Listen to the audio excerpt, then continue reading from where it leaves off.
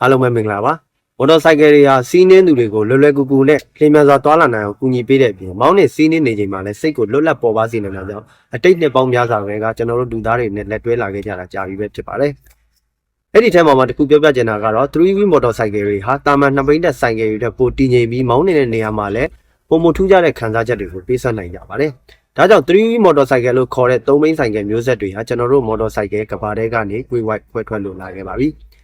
2024ခုနှစ်ကိုချင်းကပ်လာချိန်မှာတော့မော်တော်ဆိုင်ကယ်ထုတ်လုပ်သူတွေဟာသူတို့ရဲ့နောက်ဆုံး3wheel မော်တော်ဆိုင်ကယ်တွေနဲ့အပြိုင်ဆိုင်မိတ်ဆက်လာခဲ့ကြပါတယ်။ကဲဒီလိုဆိုတော့2024ခုနှစ်အတွက်မိတ်ဆက်လာခဲ့တဲ့ဆိုင်ကယ်တွေက Top 10 3wheel ဆိုင်ကယ်တွေကိုကျွန်တော်နဲ့အတူတူလေ့လာကြည့်လိုက်အောင်ဗျာ။နံပါတ်10 Yamaha Tri-City 125ဒီဆိုင်ကယ်ဟာဥရောပဈေးကွက်မှာတော့ဈေးအသက်သာဆုံးနဲ့ဝယ်ယူနိုင်တဲ့ model တစ်ခုပဲဖြစ်ပါတယ်2023 model အထက်နည်းပညာသစ်တွေထပ်မံထည့်သွင်းပေးတာကိုလည်းတွေ့နိုင်ပါပါသူ့မှာပါတဲ့ Idling Stop ဆိုတဲ့စနစ်ကတော့သင်ဟာလမ်းမပေါ်မှာအချိန်နှဲငယ်ကြာအောင်ရပ်တန့်လိုက်တာနဲ့သင်ရဲ့အင်ဂျင်ကိုအလိုတယောက်ဆက်ပေးမှဖြစ်ပြီးတော့ပြန်လဲမောင်းနေခြင်းတဲ့အချိန်မှာလည်းလီဗာကိုဆွဲလိုက်ရုံနဲ့ဆက်ပြန်နိုးစေမှာပဲဖြစ်ပြီးတော့အဆင်သင့်မောင်းနေသွားရုံပါပဲဖုန်းနဲ့ချိန်ဆက်နိုင်တဲ့စနစ်ပါဝင်ပြီးတော့သင်ဖုန်းရဲ့စာရိုစနစ်နဲ့ဖုန်းခေါ်ဆိုမှုတွေကိုဆိုင်ကယ်တိုင်ခွန်းမှာဖော်ပြပေးနေမှာပဲဖြစ်ပါတယ်။တော့ကိုလည်းစမတ်ကီးနဲ့ရရှိမှာဖြစ်ပြီးတော့အဆင့်မြင့်တင်ထားတဲ့ရှင်းနဲ့နောက် LED မီးကြီးတွေကညအချိန်မှာမြင်ကွင်းတွေကိုရှင်းလင်းစွာပဲမြင်ရစေမှာပါ။ရေးပေးစနစ်ကိုသုံးထားတဲ့ 125cc liquid cool single cylinder engine ကိုတက်ဆင်ထားပြီးမြင်းကောင်ရဲ့12ကောင်ရုံးအားရှိတဲ့ Yamaha Tri-City 125ကိုတော့ပေါင်4000ကျော်နဲ့ဝယ်ယူရရှိနိုင်မှာပဲဖြစ်ပါတယ်။ဒီမှာဘယ်လောက်ကြာမလဲဆိုတာတော့လူကြီးမင်းတို့ကိုယ်တိုင်ပဲခံမှန်းတွက်ချက်ကြည့်လိုက်ပါဗျာ။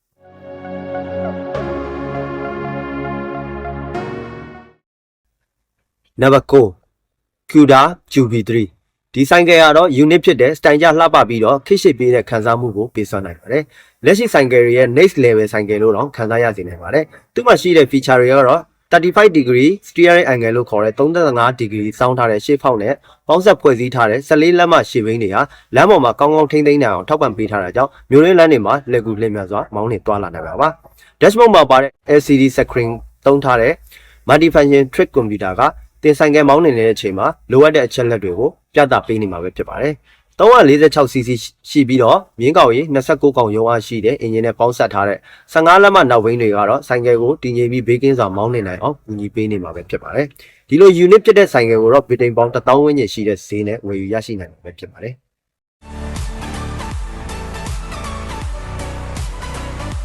နံပါတ်8ကတော့ Yamaha Tri-City 125ရဲ့နောင်တော်လို့ခေါ်ရမယ် Yamaha Tri-City 300ပဲဖြစ်ပါတယ်။မြို့ရင်းလမ်းတွေမှာမကပဲမြို့ပြည်နဲ့မြို့စွန်လမ်းတွေမှာပါမောင်းနေလို့ကောင်းအောင် suspension ဆိုတဲ့နောက်ဆိုင်းထိန်စနစ်တွေကိုပိုကောင်းအောင်တက်ဆင်ပေးထားပါတယ်။ Blueco Euro 5 engine တက်ဆင်ပေးထားပြီး engine power 292cc နဲ့မြင်းကောင်ရေ28ကောင်အားရှိတဲ့ဒီဆိုင်ကယ်ဟာ highway ခရီးတွေအတွက်ရွေးချယ်ဖို့အတွက်အသင့်တော်ဆုံးဆိုင်ကယ်လို့ပဲဆိုချင်ပါတယ်။ဆိုင်ကယ်ရဲ့အားကောင်းတဲ့ရုံးအားနဲ့အချိန်မြင့်တင်တဲ့နေရာမှာညံ့ညောမှုရှိကြတဲ့အကြောင်းစီးနေရမှာလည်းလင်းမြန်တွက်လက်နေမှာပဲဖြစ်ပါတယ်။ကောင်းမွန်တဲ့လက်ရာတွေနဲ့အဆုံးသတ်ပေးထားတဲ့ဆိုင်ကယ်ဖြစ်တာကြောင့်ကြည့်ုံနဲ့ quality ကောင်းမွန်တဲ့ထိပ်တန်းဆိုင်ကယ်တစ်စီးလို့လည်းခံစားရစီပါပါ။ဒိုင်ကွက်မှာပြသပေးထားတဲ့ရိုးရှင်းတဲ့ style တွေကြောင့်တင့်ကိုလွယ်ကူစွာပဲကြည့်လို့နားလည်စေနိုင်မှာပါ။ brake ဖမ်းရမှာကောင်းမွန်စေမယ့် anti lock brake system ရက်တက်နေတဲ့အချိန်မှာဆိုင်ကယ်တိမ်းဆောင်မသွားအောင်ကူညီပေးမယ့် standing assist လမ်းမချောင်ကာကွယ်ပေးမယ့် traction control system နဲ့အရန်အေးတဲ့ဒေသတွေမှာပတ်ဝန်းကျင်အပူချိန်3ဒီဂရီအောက်ရောက်တာနဲ့တင့်ကိုသတိပေးမယ့် ambient temperature warning စနစ်တွေပါဝင်ပါတယ်။ဒါတွေကအပေါ်ပါဆုံး model ထဲမှာအစုံလင်ဆုံးစနစ်တွေနဲ့ပြည့်နှက်နေတဲ့တစ်ခုတည်းသောဆိုင်ကယ်လို့ပဲကြည့်ဝင်ချင်ပါတယ်။73လီတာစီတိုင်ကြီးနဲ့ပေါင်းဆက်ဖွဲ့စည်းထားတဲ့လေခွင်းအားကောင်းတဲ့ body နဲ့လေကာပြားတွေကတော့ခီးဝေးစီးနှင်းမှုအတွက်ပြည့်စုံနေမှာပဲဖြစ်ပါတယ်။ဒီလို Yamaha Tri-City 300ကိုတော့ဥရောပဈေးကွက်မှာပေါင်8400ဝန်းကျင်နဲ့ဝယ်ယူရရှိနိုင်မှာပဲဖြစ်ပါတယ်။နံပါတ်9 Piaggio Metapolis SW ဒီဆိုင်ကယ်ကတော့ဈေးကွက်မှာ top ဖြစ်နေတဲ့ Piaggio MP3 ဆိုင်ကယ်ကိုပြိုင်ဆိုင်မှုအတွက်2024ခုနှစ်မှာပြောင်းလဲတက်ဆင်လိုက်တဲ့ engine သစ်နဲ့အတူအဆင့်မြင့်တင်ထားတဲ့ brake နဲ့ shock bar စနစ်တွေအပြင် cover design တွေကိုလည်းများစွာမြင်တွေ့ရမှာပါ။မောင်းနှင်မှုအတွက်အားကောင်းတဲ့ 400cc 4V engine ကနေထုတ်ပေးလိုက်တဲ့မြင်းကောင်ရေ35ကောင်အားဟာအရှိန်နဲ့နေချိန်မှာတော့ရုံးအားကိုပုံမကောင်းမွန်စေမှာပဲဖြစ်ပါတယ်။ ABS two mode traction control ပါဝင်ပြီးတော့ကောင်းမွန်တဲ့ suspension တွေနဲ့ပေါင်းစပ်ထားတဲ့73လက်မရှယ်ဘိန်းဟာဆိုင်ကယ် guide ကိုပေါ်ပါစွာပဲထိမ့်သိမ့်စေနိုင်မှာပဲဖြစ်ပါတယ်။အသေးစိတ်မြင်တွေ့နေအောင်ဖော်ပြထားတဲ့ dashboard ပါဝင်ပြီးတော့ smart key စနစ်ကလည်းတော့ထည့်ပြီးတော့မောင်းနှင်ရလို့မှာမဟုတ်ပါဘူး။ ဆိုင်ကယ်ရဲ့အောက်ပိုင်းစနစ်တွေကိုကြီးမားတောင့်တင်းအောင်ပြုလုပ်ပေးထားတာကလည်းအားသာတဲ့အချက်တွေမှာပါဝင်ပြီးတော့ suspension ခေါ်တဲ့အဆင့်မြင့်ဆိုင်းထိန်စနစ်တွေကလည်းရက်တက်နေချိန်မှာဆိုင်ကယ်ပေါ်ကဆင်းစရာမလိုပဲတက်မှတ်နေစီပါပါဒီလိုကောင်းမွန်တဲ့ဆိုင်ကယ်တစ်စီးကိုတော့ဥရောပဈေးကွက်မှာယူရို9500ဝန်းကျင်နဲ့ဝယ်ယူရရှိနိုင်မှာပဲဖြစ်ပါတယ်နံပါတ်6 Piaggio MV3 Piaggio ကတော့3 wheeler လို့ခေါ်တဲ့3ဘိန်းဆိုင်ကယ်တွေကိုစတင်မိတ်ဆက်ခဲ့တဲ့ပထမအဦးဆုံးဆိုင်ကယ်ကုမ္ပဏီပဲဖြစ်ပါတယ်။ပုံမှန်2ဘိန်းတက်ဆိုင်ကယ်တွေထုတ်လုပ်နေကြတဲ့ကန့်သက်ချက်တွေကိုချိုးဖောက်ကျော်လွန်ပြီးတော့တာမန်မဟုတ်တဲ့မော်တော်ဆိုင်ကယ်တွေစီးနေရတဲ့ခံစားချက်ကိုစတင်ပေးစွမ်းခဲ့ကြပါတယ်။ရှားဆိုင်ကယ်တွေနဲ့မတူပဲအားဖြည့်ပေးထားတာကတော့ BIS ဆိုတဲ့ Blind Spot Information System ပဲဖြစ်ပါတယ်။ဒီစနစ်အဆိုရင်တော့စီးနေရမှာဘေးကင်းစင်မှုတွေဖြစ်ပြီးတက်တောက်တက်တာနဲ့စီးနေမောင်းနေနိုင်အောင်ရည်ရွယ်ထုတ်လုပ်ပေးထားတာပဲဖြစ်ပါတယ်။ဒါအပြင်အလင်းစနစ်အားလုံးကလည်း LED စနစ်တွေဖြစ်ပါတယ်။ Quick Start Keyless System လို့ခေါ်တဲ့ကျွန်တော်တို့ခေါ် Smart Key စနစ်ကလည်းပါဝင်ပါပါ7 inch ရှိတဲ့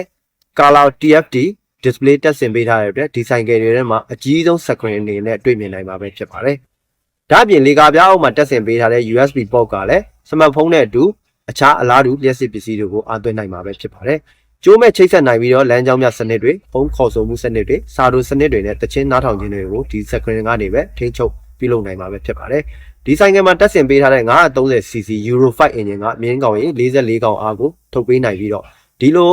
အဩစရာတွေနဲ့ပြည့်စုံနေတဲ့ Piaggio MV3 930ဆိုင်ကယ်ကိုတော့ဒေါ်လာ12000ဝန်းကျင်နဲ့ဝယ်ယူရရှိနိုင်မှာပဲဖြစ်ပါတယ်။နံပါတ်5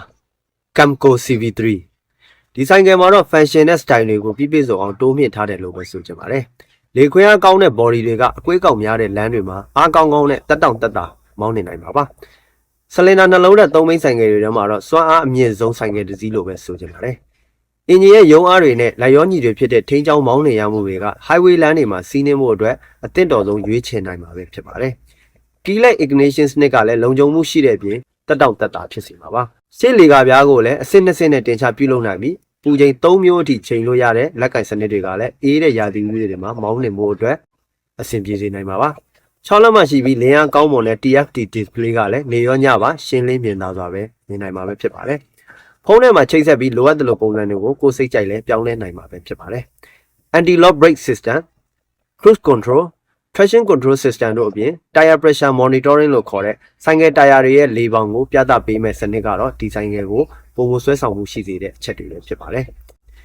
950cc parallel twin engine တက်ဆင်ထားပြီးမြင်းကောင်ရဲ့52ကောင်အားထုတ်ပေးနိုင်တာကတော့ဒီဆိုင်ကယ်ကိုပို့ပြီးတော့လေးစားစရာကောင်းနေစေပါတယ်။ဒီဆိုင်ကယ်ကိုတော့ US ဈေးကွက်မှာဒေါ်လာ12000ဝန်းကျင်နဲ့ဝယ်ယူရရှိနိုင်မှာပဲဖြစ်ပါတယ်။နံပါတ်4 Can-Am Ryder Rally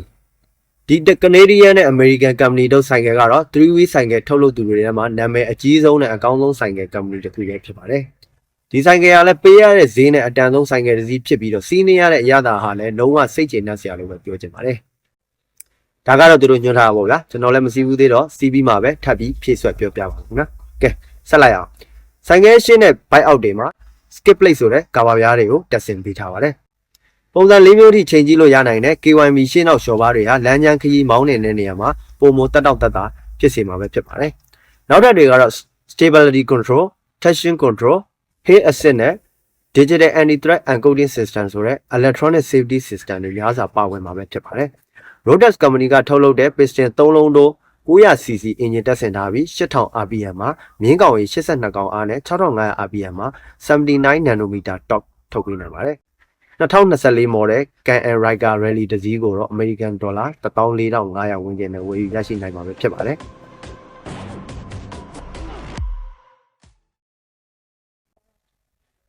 နံပါတ်3 Yamaha Niken GT ဒီဆိုင်ကယ်ကတော့ရာသီမရွေး Super Highway ခရီးတွေစီးနှင်းနိုင်အောင်အဆင့်တိုးမြင့်ထားတဲ့ဆိုင်ကယ်တစ်စီးဖြစ်တဲ့ပြင်ပြိုင်မဲ့ကင်းပြီးတော့ကောင်းမွန်မှုတွေပြည့်နေတဲ့ Super Sport Bike တစ်စီးဆိုရင်လည်းမမှားပါဘူး။ Niken GT ရဲ့မောင်းနှင်တဲ့အဓိကကျတဲ့စွမ်းဆောင်ရည်ကတော့ Yamaha ရဲ့ကိုယ်ပိုင်နည်းပညာဖြစ်တဲ့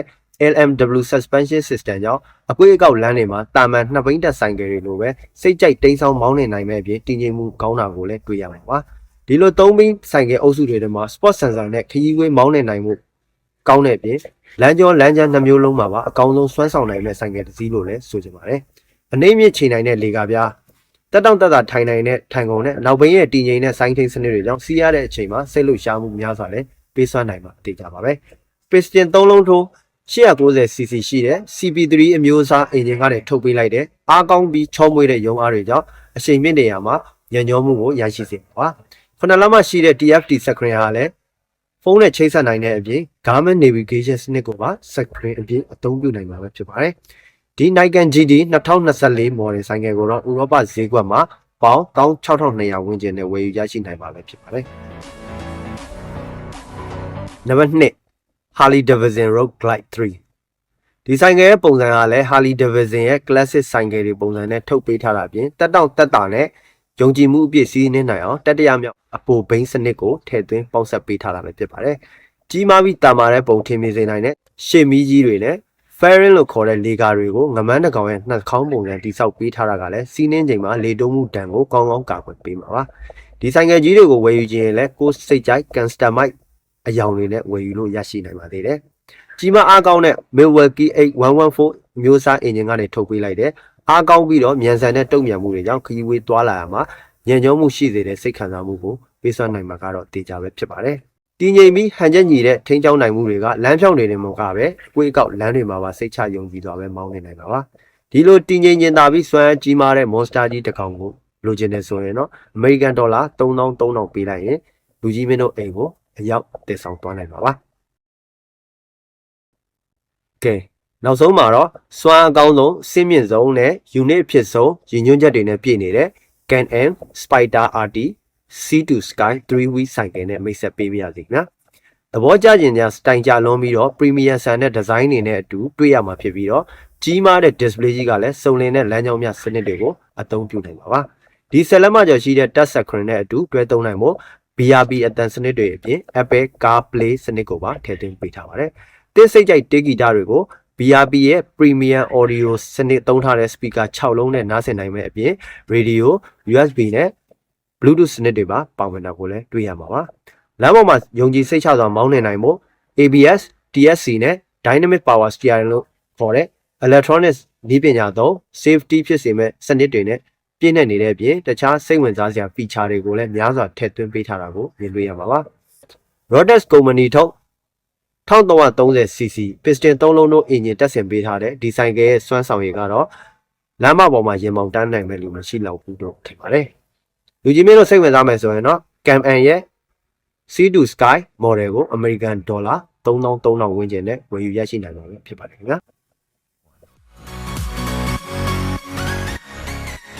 Okay ကောင်းပါပြီဒီဗီဒီယိုနဲ့ပတ်သက်ပြီးတော့သဘောကျနှစ်သက်ကြလိမ့်မယ်လို့မျှော်လင့်ပါတယ်နောက်ထပ်စိတ်ဝင်စားစရာအကြောင်းများရှိရင်လည်းcomment မှာရေးထားပေးခဲ့မယ်ဆိုရင်ကျွန်တော်တို့ channel ကပြန်လည်စူးစမ်းတင်ဆက်ပေးသွားမှာပဲဖြစ်ပါတယ်ကျွန်တော်တို့ channel ကို like and subscribe လုပ်ထားဖို့လည်းမမေ့စေချင်ပါဘူးကဲဒီလိုဆိုတော့နောက်ဗီဒီယိုမှာပြန်လည်ဆုံတွေ့ကြပါမယ်ခင်ဗျာ